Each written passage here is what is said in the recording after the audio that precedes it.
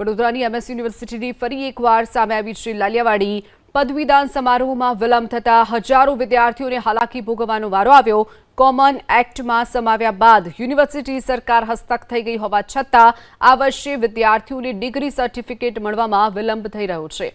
5 સપ્ટેમ્બરે પદવીદાન સમારોહ રાખવાનું આયોજન કરવામાં આવ્યું હતું। જો કે યુનિવર્સિટીના કુલપતિના બદલાતા આ સમારોહને મોકૂફ રખાયો હતો તો ડિગ્રી સર્ટિફિકેટ મેળવવામાં વિલંબ થતા વિદ્યાર્થીઓ અને સેનેટ સભ્યોમાં યુનિવર્સિટીના સત્તાધીશોને લઈ ભારે આક્રોશ જોવા મળ્યો।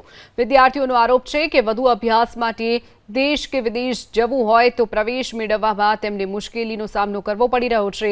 પદવીદાન સમારોહ ન યોજાતા સાયન્સ, કોમર્સ, ટેકનોલોજી સહિતની અલગ અલગ ફેકલ્ટીના વિદ્યાર્થીઓ પોતાની ડિગ્રીની રાહ જોઈને બેઠા છે। પાછલા 8 થી 10 વર્ષોની દરમિયાન યુનિવર્સિટી દર વર્ષે લગભગ 8 થી 10 મહિના લેટ જેટલું આ કોન્વોકેશન સેરેમનીનો પ્રોગ્રામ છે તે કરતી હોય છે।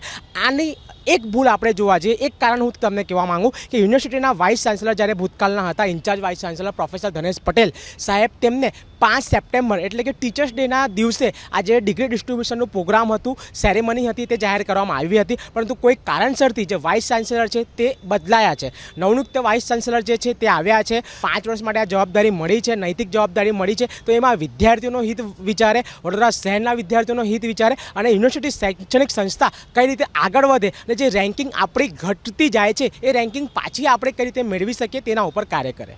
દર વર્ષની જેમ આ વર્ષે પણ 2-4 મહિના ડિગ્રી લેટર ડિસ્ટ્રીબ્યુશન કરવામાં આવશે એવી જ આશા છે। હમણાં તો આ વર્ષે ખૂબ જ જરૂર હોય છે, પણ કોઈ વિદ્યાર્થીઓને બહાર જવું હોય ફરવા તો એ લોકોને પણ ડિલે કરવું પડશે, જવાનું ડિલે કરવું પડે છે। આગળના સત્તાધીશોને આ જાણ કરવી જોઈએ કે આ ડિગ્રી ડિસ્ટ્રીબ્યુશનનું જે કાર્ય છે તે વહેલી તકે કરવામાં આવે, જેનાથી આગળ જે વિદ્યાર્થીઓને બહાર એટલે વાત બહુ ગંભીર છે। યુનિવર્સિટીના સત્તાધીશોએ યુદ્ધના ધોરણે જ્યારે MS યુનિવર્સિટી એક્ટ હતો ત્યારે એક્ટમાં સંપૂર્ણપણે લખવામાં આવ્યું હતું કે સપ્ટેમ્બરના એન્ડમાં કે ઓક્ટોબરના સેકન્ડ વીકની અંદર કોન્વોકેશન થઈ જ જવો જોઈએ એવો કાયદોની જોગવાઈ MS યુનિવર્સિટી એક્ટમાં હતી।